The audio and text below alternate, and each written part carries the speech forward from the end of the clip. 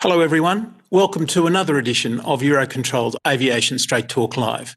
Today we have the great pleasure of widening our horizons, perhaps being less about Europe, more about the international aviation situation more generally, and we couldn't have a better person to talk about that with than the CEO of Qantas Airways, Mr. Alan Joyce. Now, for the interests of full disclosure, I should note that I used to work at Qantas Airways, but never at the same time as Alan in any event. But I would like to look today, if we can, at more general topics, things like what the international aviation situation might look like, what the situation in Asia will look like compared to the situation in Europe, what the situation in Australia looks like compared to the situation in Europe.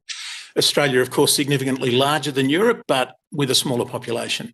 So, as ever, in Straight Talk, before we do that, it's my great pleasure to ask the DG of EUROCONTROL, Mr. Eamonn Brennan, if he'd set out the current market situation. Good afternoon from Aviation StraightTalk Live in Brussels. Today we have a very interesting guest, Alan Joyce, the CEO of Qantas, who will give us the view from the long-haul markets and particularly the view from down under and how Australia has handled the COVID crisis and what the outlook for Asia-Pacific region is. A really interesting guest, so welcome, and Alan. I really look forward to talking to you as we go on. First of all, the latest developments. It's important to realise that today is Groundhog Day. Groundhog Day in Punxsutawney in Pennsylvania is where the Bill Murray film of 1993, we do the same thing every single day. And sometimes in COVID Europe, it feels like that for us. But to be more serious, last week we had very strong controversies about vaccine approvals, delays and disputes. We had the non-essential ban on travel been strongly discouraged, sometimes an outright ban. And also flights declined by 66% and many airlines only operating 5% of their schedule. Essentially in Europe, we're now looking at cargo operations only. Also, it's worthwhile noting that last week we only had 25% of the seats available for sale that we had 1 year ago. And also 61% of our European aviation fleet is grounded. If we look at the traffic scenarios that we published last week, you can see that we're expecting a really significant decline in traffic. And this is brought about by the uncertainty with the vaccine rollout, but also the uncertainty about the second and third wave of COVID that we're now experiencing. So our projections show basically two scenarios. One, if we get a limited improvement in Q2, and here we would see a pickup, but we are still pretty hopeful for a reasonable resumption of traffic during the summer. So we've not given up on summer holidays in Europe. Also, it's worthwhile noting, and pretty regrettably, that more than half of the world's airline pilots are no longer flying. This is an unprecedented situation. We've never seen this before. Aviation professionals been furloughed and a lot of aviation industries right throughout the supply chain being in very big trouble. And as the months go on, this situation just becomes worse. But let's have a look at Australia, where Alan is from today. Basically, in 2019, the average flights were 3,300 daily. It dropped 50% in June 2020, but I'm happy to say that they're now operating 65% of the 2019 schedule down under, and that's really significant. But let's just have a look at Qantas. The domestic situation is, they're operating 60% of their schedule from before, and it's still rising, doing pretty well. Alan will talk to you about this. Internationally, effectively, they've stopped passenger operations. They're just operating cargo. And in the future, they've started a very strong 3-year recovery plan. Like others, they have retired the 747-400. And of course, there's the controversy there that Alan will talk to you later on about the requirement to have vaccination certificates to travel. It's worthwhile looking at the Qantas Group. You have 11 companies in the Qantas Group supplying flights all throughout Australia, long haul, but also many subsidiaries in Asia Pacific. And of course, the very interesting Project Sunrise, which is the ultra long haul travel. So today, I welcome Alan Joyce and I give the floor to Andrew to have a very good debate. And next week, we look forward to seeing Ben Smith. Thank you very much. Alan, welcome. It's a great pleasure to have you on. It's a great pleasure to be talking to people outside Europe about the situation more globally. Before we get into the more serious questions, Alan, we've just heard from Eamonn. In the last 2 months, I've interviewed 2 other Irish people. You're an Irish person. Is there something in the water in Ireland? What makes aviation such a thing in Ireland? Well, I think, Andrew, being honest, a lot of us worked for Aer Lingus, which was a great training ground and really got us through the entire spectrum of aviation jobs. I think I had 4 different jobs when I was in Aer Lingus, gave us a good training ground in good management practices and in good aviation knowledge. And a lot of people went on out of the industry. You know, the whole leasing in aviation leasing was really founded from Aer Lingus, Tony Ryan. Ryanair came from him. Low-cost carriers really in Europe started from there. So I think that training ground in Aer Lingus was a great foundation for all of us. And it used to be said, I think, you know, that the Irish, went all around the globe. And I think aviation was a particularly important part of that. You know, I think there's so many people here in Australia, as you know, Andrew, as a fellow Australian, that say that they came from Ireland originally. So I think travel, people going around the globe, the Irish diaspora, wherever they are, it's an important part of their lives. And I think it became an important part of what people wanted to be involved in. And Aer Lingus was such a creative company, involved in a lot of things and gave us a great foundation. And I put back my success in the aviation industry to that great training ground. Right. I mean, it is really stunning, isn't it, that there are just so many points of reference for aviation in Ireland, in global aviation today. It's really an interesting thing to observe. And maybe it's also a small country. So, you know, we've got the Kiwis next door, and nearly every bank in Australia is run by a Kiwi and a New Zealander who's come across. So the New Zealanders decided to get in banking. The Irish decided to get in aviation. I don't know who's the smartest out of that. Probably the Kiwis, I think. It's probably a better combination. Don't get me started. Don't get me started. We heard from Eamonn that your Qantas's domestic situation seems to be improving. You're at 60%, I believe, at the moment. Yes. Is there a light at the end of the tunnel? Yes, there is. And for us, probably in Australia, it's probably stronger than most other nations or carriers around the globe. I mean, first of all, Australia's handled COVID-19 probably better than most countries around the globe. We're now back to, you know, we've had 1 community transmission in the last 2 weeks. We're in a country that's basically back to normal as much as possible. There's some mask wearing, social distancing, but restaurants are functioning, bars are functioning, theatres are functioning, and some parts of the economy are booming here. Retail's booming, the resort sector is booming. So we're seeing a very healthy economy recovering from what COVID-19 did around the globe. Secondly, within that, we are seeing this huge demand for domestic travel when borders open. We still have an issue with borders between our states, but when borders open, we're seeing a big surge of pent-up demand. And as borders have opened, we've seen that across the board. Thirdly, I think for us as a carrier, we're very confident of our strategic position coming out. So our major competitor here in Australia went into voluntary administration. It's coming out a lot smaller. Our major competitor in the low-cost market in Australia, Tiger Air, has gone out of business essentially. So Jetstar has that space. Our Virgin, who was the full-service carrier, is going into the middle of the market. Qantas will have an advantage, I think, in the premium end of the market as a consequence of that. It'll still be very competitive, but Qantas's position is being strengthened.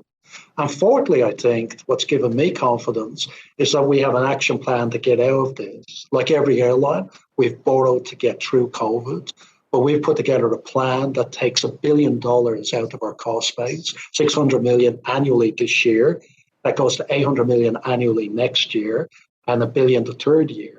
And that will help us, I think, have a fast recovery to repair the balance sheet damage that was done through COVID and get us positioned to take advantage of some of the brilliant opportunities that are out there for us in things like Project Sunrise and things like our domestic fleet replacement that we need to do. So I think, yeah, there is light at the end of the tunnel for us, and we're probably in a lot better position than most airlines around the globe. Yeah, I mean, you've raised a really fascinating array of issues there. Let me start, though, if I can, with the border point. As you say, Australia has done a terrific job in terms of suppressing the virus, but it did that by very early on putting up really quite strict and strong border controls and in the nicest sense, completely killed international aviation for Australia. We haven't seen that in Europe, and we haven't seen that in the United States, for example, until recently. Do you think that was the right call for the community? Leave aside the impact on the airline for a little while, but do you think that was the right call? Well, you look at the health outcomes of where we are, and I think we've only had it is still a significant number, 900 deaths caused by COVID-19 in the country. We've seen hundreds of thousands of people dying in Europe and North America. And so the management of the cases that have occurred here and making sure that the health of the population and the people that are vulnerable didn't die from this has been a great success story. Nobody would debate that. I think there's different ways it's been handled in different states. And as you know, we're a federation. And I think the state of New South Wales, where Sydney's based, has handled this phenomenally well. We had an outbreak in Avalon, part of Sydney, just before Christmas. The state didn't close down. The state managed that cluster through tracking and tracing. It managed to keep the cases to less than 20 a day, and then within a couple of weeks got it back to zero. It closed down certain parts of the city, but not all of it, and life continued as normal. Now, we're finding a different approach in other states where there is definitely a view of trying to eliminate the virus and taking zero risk. And I think the way New South Wales has done it is the right balance. It's keeping the economy open, keeping the social aspects of this, because, depriving people from visiting family and friends, destroying jobs as well with the tourism industry has been dramatically hit by this. You have to get that balance right. And I think New South Wales is doing it.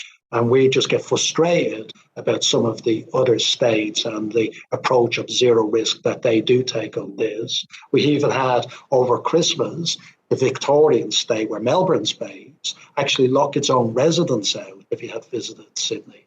I couldn't get back home. I don't think we've seen that anywhere else probably in the world. My brother, who lives in Melbourne, couldn't get back home without going into, couldn't literally get back home. It wasn't even allowed until the rules just changed in the last week. So I think I don't think all the time we've got the balance right. I think in New South Wales we have, and it's approaching it in an appropriate way. And we would just encourage and continue to encourage a common system based on the data, based on the science, that every state would apply. The other thing I would say, we have 11 airlines in the Qantas group. This is the equivalent of us having 11 safety managers coming out with different standards and saying what's safe and what isn't safe.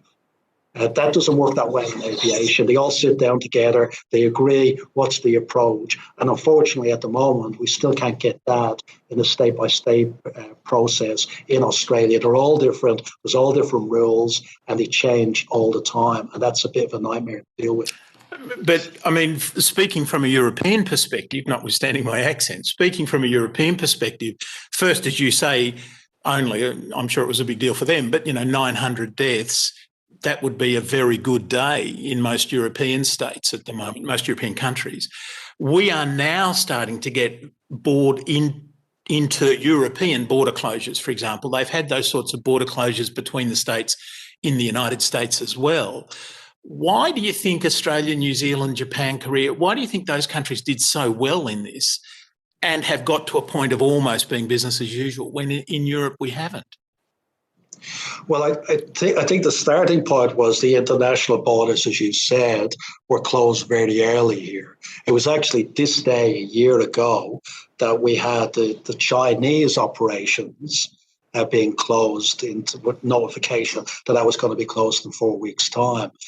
So you think how early that was compared to a lot of other countries.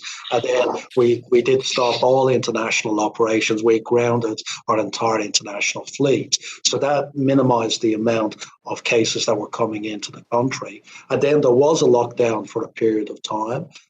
We had people just working from home.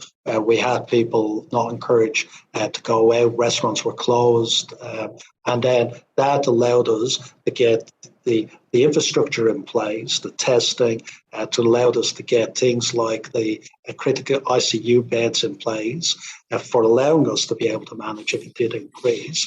But that was such a success. It did suppress the virus, got it down to very low levels, and we're now at a stage where it's just about at elimination stage. And at the end, that outcome, I think, has been fantastic. I think everybody here would regard it as a great success story. And as I said, it's had economic benefits. The economy is a lot better than a lot of other countries around the globe, and the speed of coming out of this is there. You can always, in the aviation industry, we're after continuous improvement, and you always can say, can we do things better? And we look at the gold standard of New South Wales and say, yeah, could that be done in other states, even elevate or even higher compared to the rest of the globe? And that's what we would encourage the Australian states to do. That's very interesting, Alan. One of the things that you have received quite a lot of publicity for globally is your insistence that there be proof of vaccination, no ticket, effectively. Do you think that's the way of the future?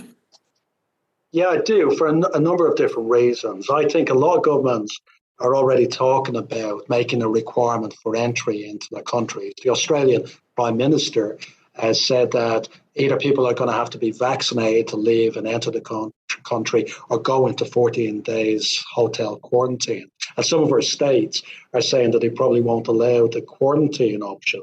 So it is probably going to be a requirement from governments. And that's not unusual, as we know, with yellow fever and polio. Some countries have required that as a condition of entry. We've all had the WHO yellow books for a while. This is probably going to go digital. And IATA is getting itself ready with a digital travel pass that allows for the verification of vaccines and making sure people have a common system around the globe to get used to that. We're going to have to make exceptions for people that have medical conditions where they can't get vaccinated. That's clear. So the detail is going to be always worked through. But then secondly, I think, even if governments weren't to require it, Qantas is regarded as the safest airline in the world. We take that pride in that position. And I think we have a duty of care to our people and to our passengers. And we want to make sure that we're doing everything to ensure their health and safety. And I think there's going to be an important factor on that. And thirdly, when we do market research on it, 89% of our customers saying they think it's an important requirement and fully support it. And I think lastly, I think it's very keen for us to re-energize air travel and bring confidence back to it. And we know an airline cabin is the safest form of transport. There's a lot of protections there. But again, when you do the research and bringing confidence, particularly for long-haul travel back, having a vaccinated cabin where everybody knows everybody else has been vaccinated is actually a big step towards improving confidence and getting people to travel again. And we think also that that's very important. So absolutely, we believe it's probably the way governments are going to go. It's going to be the way countries are going to go. But even if that wasn't the case, I think there's a big case for airlines for the health and safety of its people and for re-establishing the industry to put that in place. Have you found that other airline CEOs are supporting you with this? Yeah, I mean, it's different. Some people would rather do a track and tracing or do a testing regime that would be there and think that's the way through it. That's not going to work in Australia because the government has just about eliminated it, and it's either going to be 14 days in hotel quarantine. Testing is not going to reduce that. The Prime Minister here said that last night. So I think vaccination is the only way for us working. But some countries are in a different position. I can understand it. But I've also had other CEOs are saying it's good that Qantas came out there on it and they fully support it, and they're probably going to introduce the same rules. And there's some that will say they think it's a sensible position, but they're going to be relying on the government implementing it and then follow the government rules. airlines. So you got a variation of people with different views out there. I think we've just been honest about it, been forthright about it. That's what you think you're doing when you're the safest airline in the world. You actually talk about why you're promoting that, why that's important, and I think it enhances our brand and our position. And I have no problems with going out there and saying it. So, how do you see the aviation industry 5 and 10 years from now, given that? Well, I think there's a lot of, the industry is very hard to predict, as you know. I think my boss, when I first started in Aer Lingus, said one thing you have to get used to is a crisis every 7 years. So I won't be here in 10 years' time because I'm not going to go through the next crisis, Andrew. But I think one of the things I think is going to happen, there's a few things that are going to change in the industry. First, I think it will recover. And I think there will be still huge demand for aviation and transportation. I think it's such an important part of the world economy. And we, like every other crisis that's happened over the last 100 years, Qantas has gone through 100 years. This is 100 years of operation. You do rebound out of it, and it does get to a stage where it grows past that. That will happen again. I think there will be changes and opportunities for airlines to take advantage. I think the digitization that's happening in other parts of the economy has an opportunity to benefit us. You know, the new distribution capability that IATA has been promoting, that airlines have been moving on, I think is a big change for everybody. Contactless travel, and people now, we're seeing a huge move to that. It's 8 years move in the space of a few months. We think that is a change that will stay there forever. We see opportunities that will present themselves, we think, in ultra-long-haul travel. I think people are less likely to stop off in destinations and hubs. And we were on the path to going through Project Sunrise, which I know we'll probably talk about. But that's an opportunity we think over the next 10 years is pretty huge. And underpinning all of this is the sustainability of the industry. I think the industry for the next 10 years has to move to a lot more sustainable position. We're one of the only airline groups in the world that's committed to be carbon neutral by 2050. We'll have to make a lot more progress in the next decade to position ourselves to meet that target. And I think we can get there, and we believe we can. And I think that would be an exciting thing for the entire industry. So how are you going to get to carbon neutral? How are you going to get to carbon neutral? Is it all about sustainable fuels?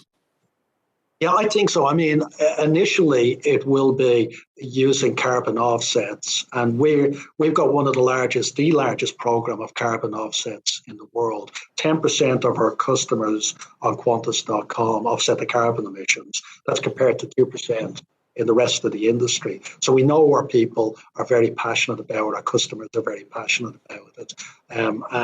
And we think that program can grow, and we have a lot of corporates now signing up to it and becoming part of that program instead of just individuals.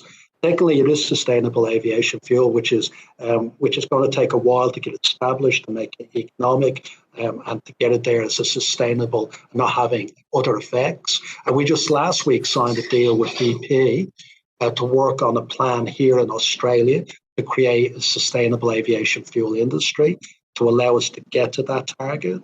And BP are pretty excited about it. They think there's a great opportunity. And you think in Australia, we've got massive land mass, we've got massive coastline, and we spend Qantas on its own before COVID-19 was over $4 billion a year on fuel. That's a potential industry that could be a native industry here in Australia.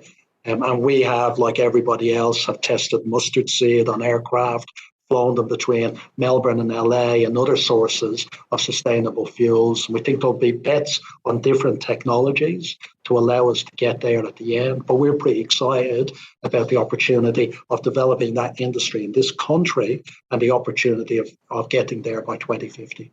Right.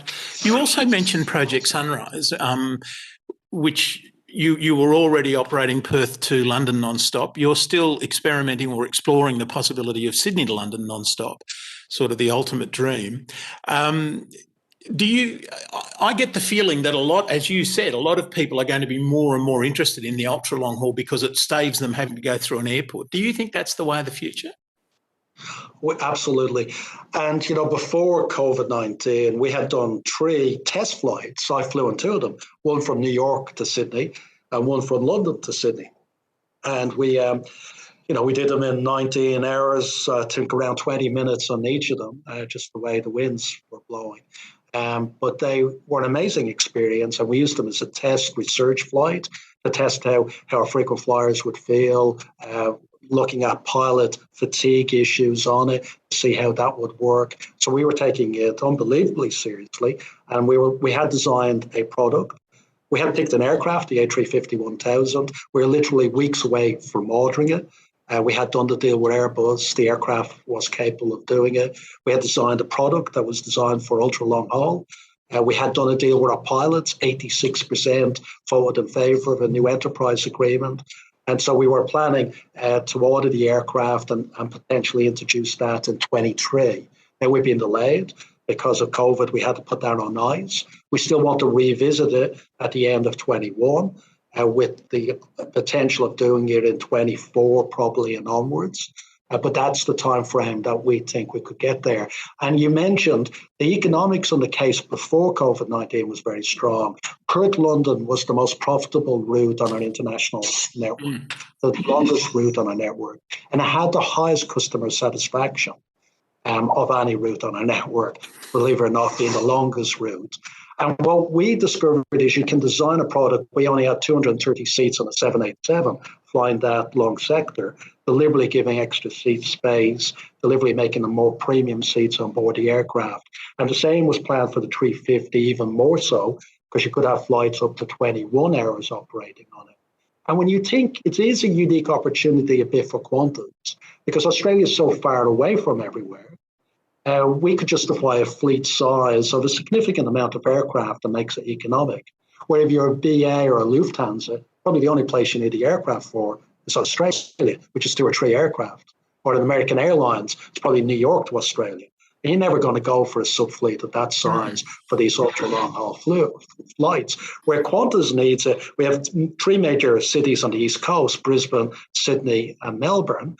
And having flights to London, to Frankfurt, to Paris, to New York, to Chicago, to Rio de Janeiro, to Cape Town from those cities creates a significant subfleet and economics and scale that we think will work really well. So we're still very keen on it, and we think that's one of the big things that will change in the next decade and allow us to have a sustainable competitive advantage that nobody else is probably going to introduce. So the tyranny of distance finally works in Australia's favour. Well, as an ex-employee of Qantas, you know that our founder, Hudson Fysh, said when he founded Qantas, it was there to overcome the tyranny of distance. Indeed. That's why he had as the vision. And I think he'd be pretty proud 100 years later that the ultimate tyranny of distance, the longest routes in the world, the only CE pairs that really are missing from the world's map, will be introduced when we introduce these aircraft, which I think is fantastic. Talking about aircraft, Qantas went long into the A380 as well. Do you think there's any markets left that will sustain a 500-seat aeroplane? Yeah, we do. I mean, we've written down the aircraft now a couple of times. The last one was last year as a result of COVID-19, and we've parked the aircraft for at least 3 years in the United States. All 12 of them are sitting in the Mojave Desert, and it's a heartbreaking sight to see them sitting there. But we had reconfigured 6 of them with brand new product on board. In fact, one aircraft just being reconfigured in Dresden flew directly to the Mojave Desert. And it's there with new seats on it and nobody's ever sat on, which is unbelievably disappointing. But we do think if you look at the Qantas network, there are going to be opportunities to deploy those aircraft. We do have scheduling windows, if you remember, Andrew, because if you've ever been in LA at between 10 o'clock and midnight, you see 6 or 7 Qantas aircraft departing to Australia because it's the only time that works with curfews. So instead of flying multiple frequencies right on top of each other, an A380 that's fully or nearly fully written down, if it generates cash, will absolutely work. Airports that have slot restrictions like Heathrow, a slot in Heathrow is extremely expensive. The aircraft works for that, and the similar scheduling windows that work to Australia that are unique. So we do believe there's a need for that fleet, and we do believe that it will generate cash, and it's all going to be about cash when we start up international. And eventually, over time, hopefully we'll have enough of the 350 aircraft to fly direct and overfly a lot of the hubs as well, that will take the burden of having the big aircraft needed for those big destinations. Looking perhaps more broadly, do you think that there's any chance of any consolidation in the industry as we come out of the COVID crisis? Well, the industry is going to be pretty weak post this. I think IATA's forecast last year was that there's already debt in the aviation industry is going to increase from $430 billion US dollars to $650 billion US dollars. So that's a huge increase in debt. And I think last June they said that the median airline had 9 months of cash, which takes them to this quarter. And that's the median. So half the world's airlines are going to run out of cash unless there's more debt or more government support. And Pierre Harbison of CAPA thinks that up to 40% of the world's airlines could go bankrupt. Now, it's hard to predict which ones, and sometimes this takes a while to play out. But I think in that environment, there will be survivors, there will be people that won't make it, and there will be airlines that will consolidate to survive as well. So I think there will be a lot of opportunities, and there may need to be in order for the industry to get through this. But it's a watching brief, because who knows what level of government interference, support, what level of debt people can raise to get through it. I'm hopeful at the end of it. I mean, I think you will see the quality airlines really thriving out of this, the likes of Qantas. I think we went into this with a strong balance sheet, strong financial discipline. We were in a position where we were able to raise equity during this crisis, $1.5 billion, able to raise a lot of debt. We're one of a handful of airlines that are investment grade left in the world. So the debt markets are still open to us. We just raised extra debt just before Christmas. So given that, hopefully the quality airline will shine through and will perform exceptionally well in this post-COVID-19 world. One of the things that Qantas has done extremely well, I think, is having its own in-house low-cost carrier in the shape of Jetstar. And indeed, you started at Qantas in the Jetstar side of the operation. Most airlines struggle to have an in-house low-cost carrier, so we've seen independent low-cost carriers grow up. What's the secret at Qantas, do you think, of allowing that to be the case? Well, when we started Jetstar back in 2003, and that was my task back then, to have a team and get a team together to set up a low-cost carrier. And what we did, like approach any good business investigation, we looked at what were the type of failures and why did people fail? And we came up with what we called the schizophrenic nature to having a low-cost carrier, because we saw one set of failures that when the airlines became too independent.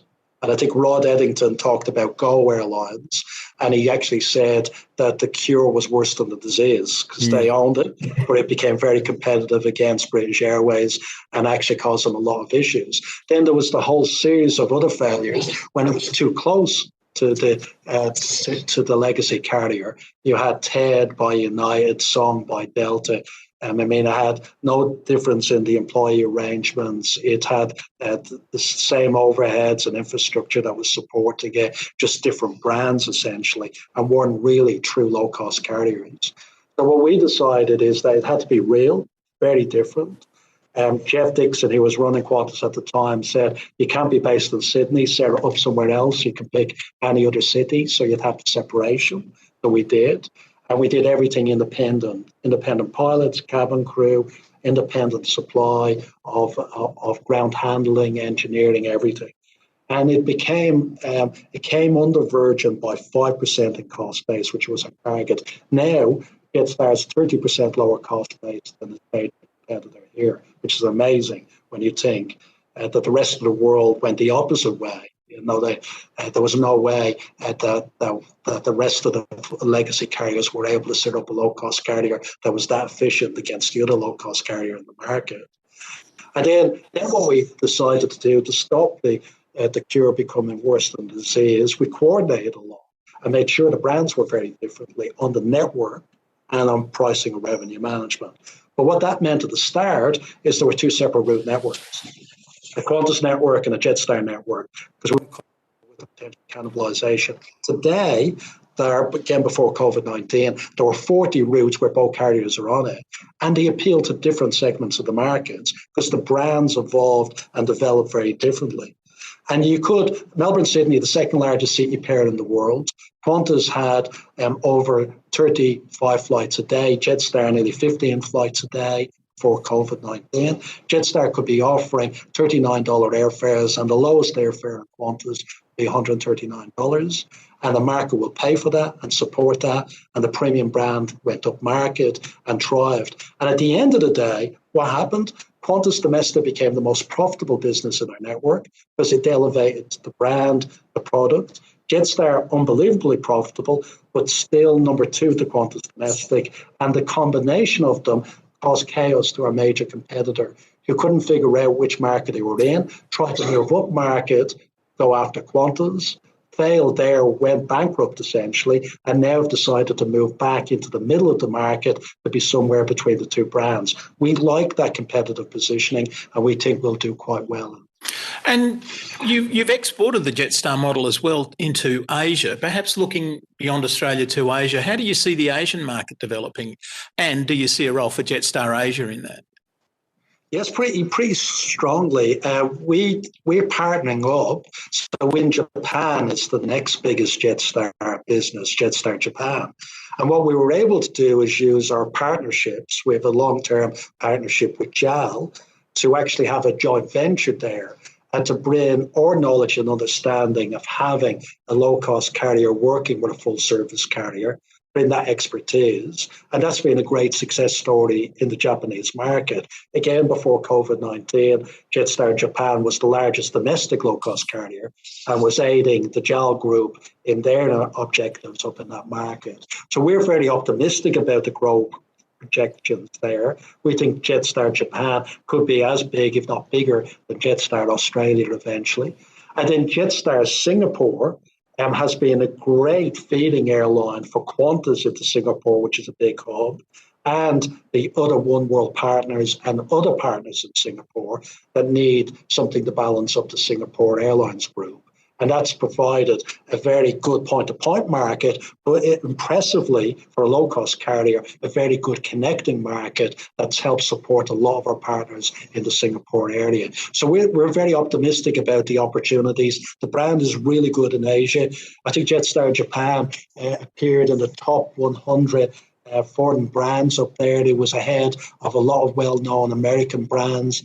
It's seen as a Japanese brand. It's actually penetrated the market exceptionally well, and we're very happy with its positioning there. Right. Do you see, you mentioned One World there. How do you see the airline groupings after COVID? Do you think that the alliances will continue in much the same way? Well, as chairman of One World, I'd have to say yes, wouldn't I, automatically? But no, I actually am a big believer in One World. I think it, and those alliances do work. We've been a very supportive member, a founding member of One World. And we think a lot of our big partnerships work really well there. And a lot of our customers like the One World relationships. But it's not only, One World, I think it's got its model right. It's not an exclusive club where you can't deal with people outside of it. And we have these amazing relationships outside of One World.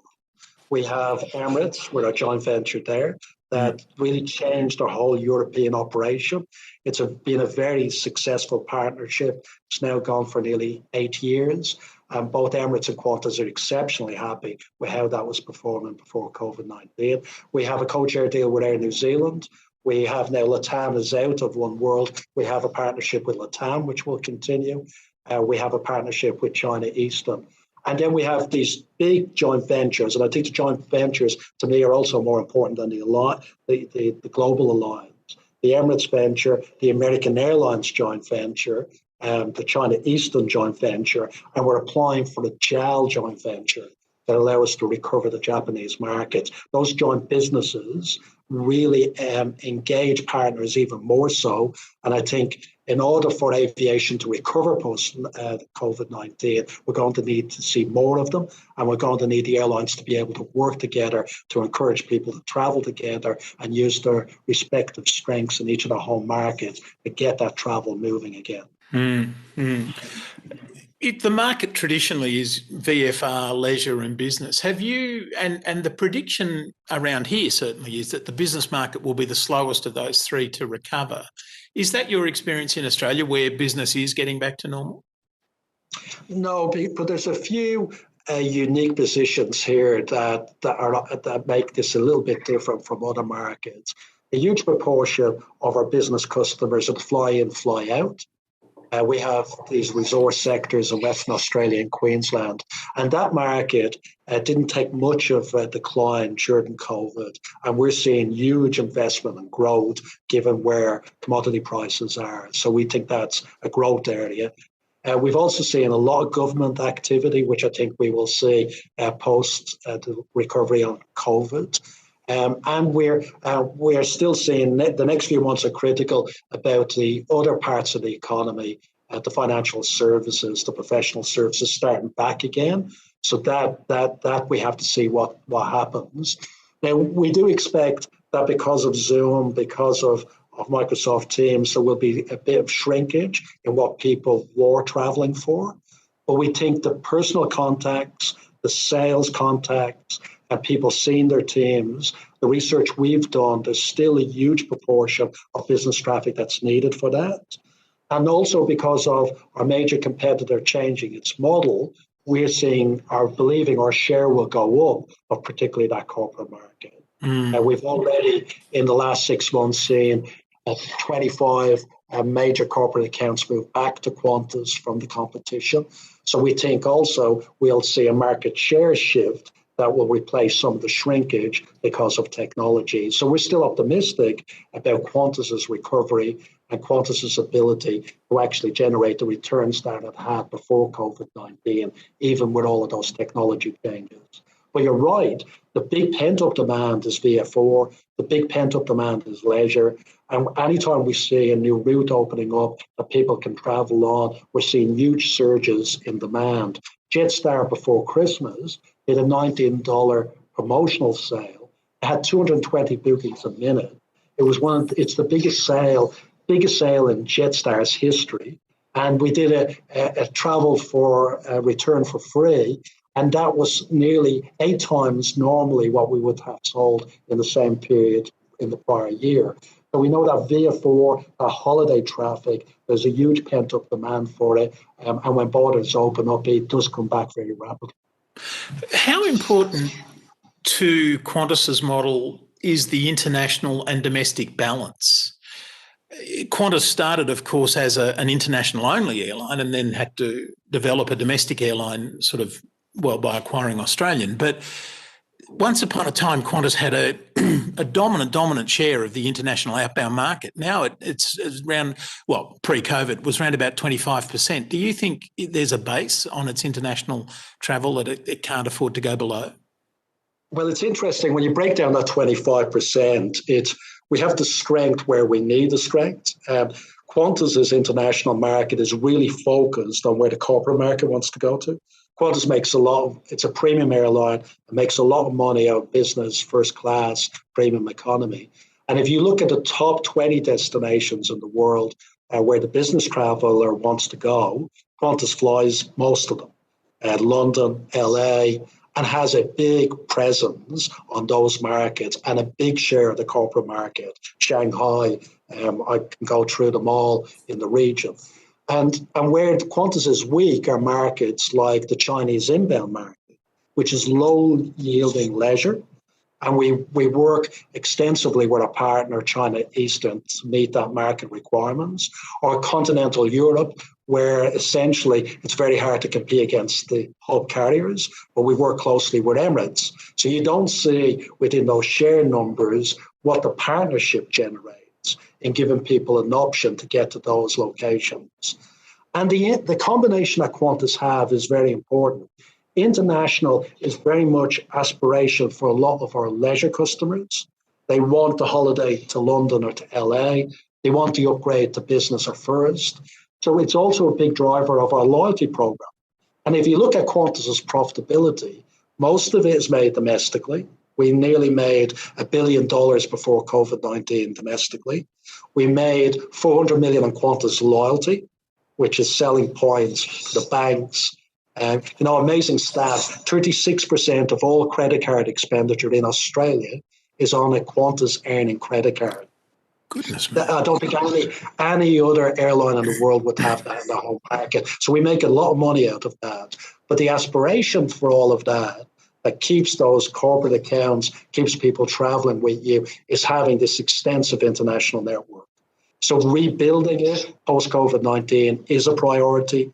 Project Sunrise enhances that dramatically and allows us to have a profit pool there that we think was going to be quite good, and aids our domestic and loyalty businesses as a network business, which is where we make most of our money. So we don't need to have 50% market share. We just need to have the market share on the markets that are really important, which we do, and we will recover that very well post-COVID-19. Do you see a Jetstar China at any time in the future? I think Jetstar's opportunities, you never know when they can come up. I think the difficulty in China is that you're probably not going to get a franchise arrangement like you have with Jetstar, given the protections the Chinese carriers have. One of the things I've always said, which is fascinating, is how complicated there is to set up airlines, except for Australia. Australia, you can set up an airline here and have 100% ownership. Virgin is 100% owned by Bain Capital. We've got Rex Airlines, who are owned the vast majority by Singaporeans. Yet, when we look at trying to set up airlines, in Japan, we can only own 33% of the equity. In the US, if we were to do it, 25% of the voting rights. And then I think similar restrictions in all of these major markets. So we've learned to cope with extensive open competition, but there's still restrictions on what you can do in various countries in this region, which puts a limitation on some of the expansion you'd like to do. And any hope that we might finally liberalise the Chicago Convention? Well, we've been talking about ASEAN open skies now for decades. It keeps getting pushed off. So hopefully we'll get there one day. You've done it in Europe. When I worked in Aer Lingus, it was just starting in 1988. I remember Aer Lingus starting its Manchester to Europe strategy, preempting the liberalisation in Europe, lost a lot of money on it because there was still restrictions. And then Ryanair took advantage at the perfect time out of Stansted and became the powerhouse it is in Europe. So those opportunities could be there. And when they are there, you need to grab them, and we'll be able to grab them with Qantas and Jetstar. I've always said the one thing I'd love is a magic wand that says all the traffic bilaterals just disappear. Qantas can fly anywhere. We let any airline fly here. We would do really well out of it, given our brand, given our consistency, given our history, and given our product. So we're not scared of competition. We've lived with it for a long time, but we just want equal rights when rights are given away in the Australian market. Right. So, Alan, we've almost run out of time. The question I always end with, and your international perspective, I think, will be really interesting on this, but what role does EUROCONTROL play? What role can EUROCONTROL play to build international aviation back better? Well, I think one, to continue doing what you're doing, it would be an advice for reform for the aviation industry, for transportation. And I think Eamonn Brennan, I think, is seen as a legend in the industry. He does a great job out there, and he needs to continue doing what he does. He speaks from the heart, he speaks honestly, and I think that's great. I'd also say, there are things that the industry is going to need advocacy and help for. It's going to be an uneven recovery, with some markets being better than others, markets being open and faster than others. So since when it comes to slot restrictions, since when it comes to charging, one of the things we have to be conscious of, we're probably going to have low volumes with some very expensive infrastructure over them. So how do we make sure that infrastructure doesn't kill air traffic control charges?